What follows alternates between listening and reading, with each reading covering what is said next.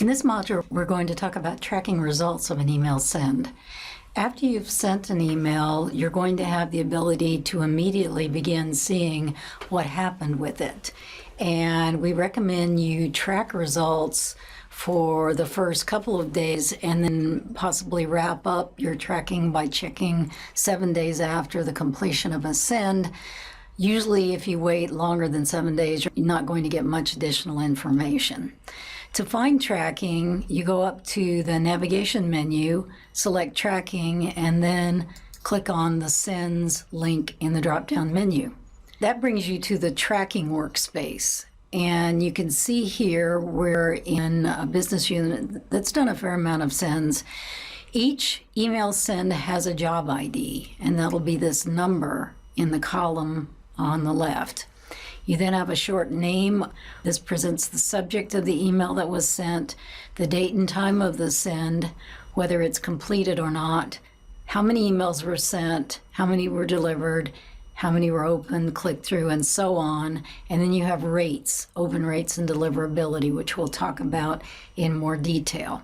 Let's pick a sample send, and this happens to be a fairly large send. You can see it went to 473,000 subscribers. When you click on a link in any send on the My Tracking workspace, you're going to bring up this screen, which is a summary. The summary shows you information about the email, the name when it was sent, the number sent to. It'll show you all of the lists that were used in the send, and then any groups that were excluded from this particular send. The next box down is send performance.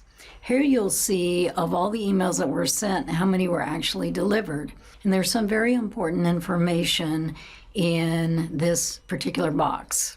You want to check and look at hard bounces. Hard bounces are emails that were not deliverable, generally because the email address was bad. These are email addresses that oftentimes have been abandoned, or someone has changed jobs and perhaps it was a valid email address in the past, but it's no longer valid. So you want to maintain your lists and generally remove hard bounce emails from your lists going forward.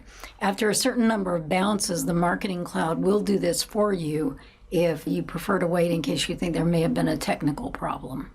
Soft bounces are generally caused by things like a user's mailbox being full.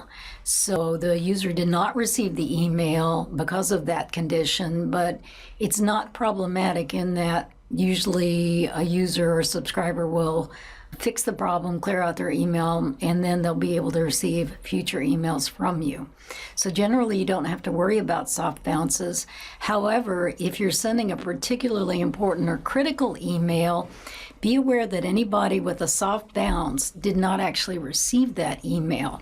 So sometimes you may want to click on the link. Any of these blue underlined items, either a name or a number, can be clicked through for more detail. You may want to click on that link, export the email addresses for everyone who was soft bounced, re-import, and then resend that critical email to people who had a soft bounce maybe a day in the future to see if you can get it delivered at that point. Block bounces are something you should keep an eye on also.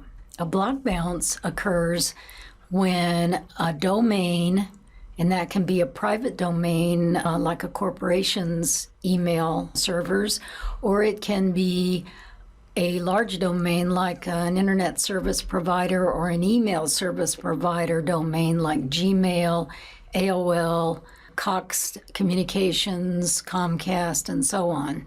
A block bounce occurs when one of those domains of either type has rejected all incoming emails. And these rejections usually occur for one of two reasons. The first is that there may be a spam setting on the domain's filter that's reporting your email as spam.